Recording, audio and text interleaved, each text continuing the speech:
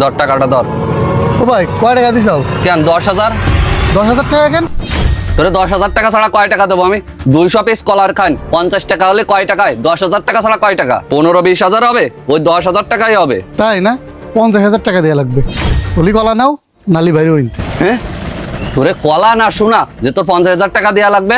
এখন আম কাঁঠালের সিজন, কলা কেউ খাচ্ছে না, কলার দাম নেই। তাই না? কলার দাম আছে কিনা আমি ভালো করে জানি, আর তুমি যে কি কাহিনী করতে চাও সেটাও আমি জানি। গরমে কাজ করা যায় না। এই যে ভাই, জি ভাই। এখানে নাইট সাহেবের কলা বাগান কোথায়? ভাই কলা বাগান তো ওই দিয়ে, আর ওইটা? ওই বাগান তো আমার নামই নাহিদ। যাক, ভালো হলো আপনার হাতে দেখা হয়ে। তা কলা কি সব পাকার মতন হয়েছে? তো কিনতেছি।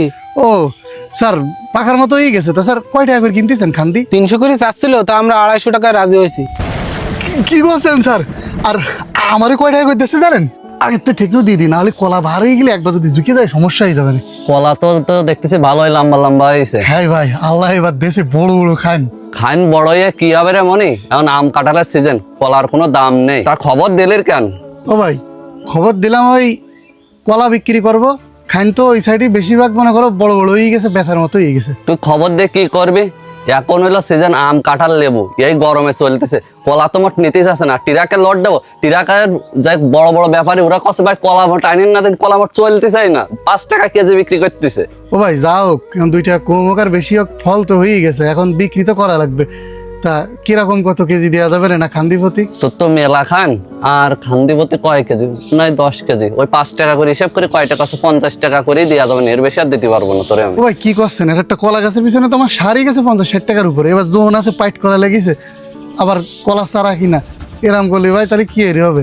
তাহলে এক কাজ করে নে, বাড়ি নিয়ে যায় সিদ্ধ করে ভর্তা করে খাই নে। হ্যাঁ, ওই এত কলা খিডা খাবে? ও গরুরে দিলে তো গরু খাই মরি যাবে। বলছি ভাই আসলে কি কলার দাম কম, না তুমি ফাইজলামি করতেছো?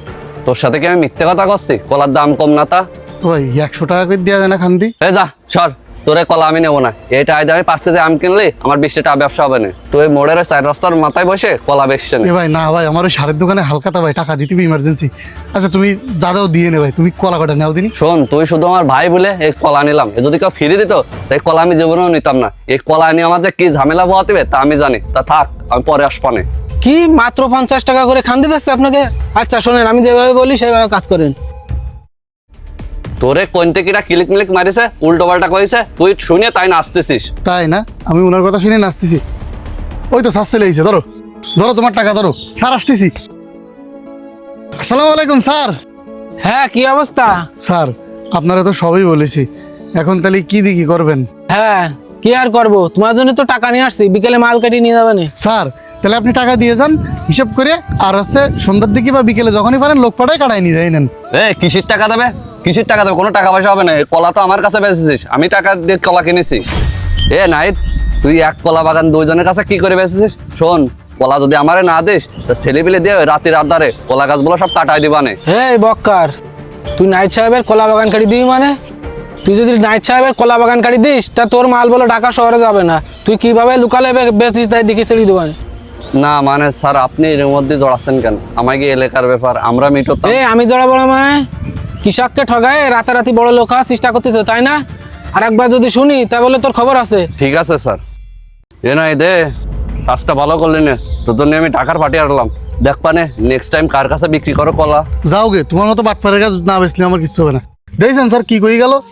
দেখলাম তো সবই, তবে তুমি কোনো টেনশন করো না। তোমার কলা আম লেবু যাই হয়, আমাদের ঢাকায় অনেক বড় জুস বার আছে, 12 মাসই আমাদের সব ফল চলে, তুমি কোনো চিন্তা করো না। আচ্ছা ঠিক আছে স্যার, আপনারা যদি নেন তাহলে আমরা তো ন্যায্য মূল্য পাবো।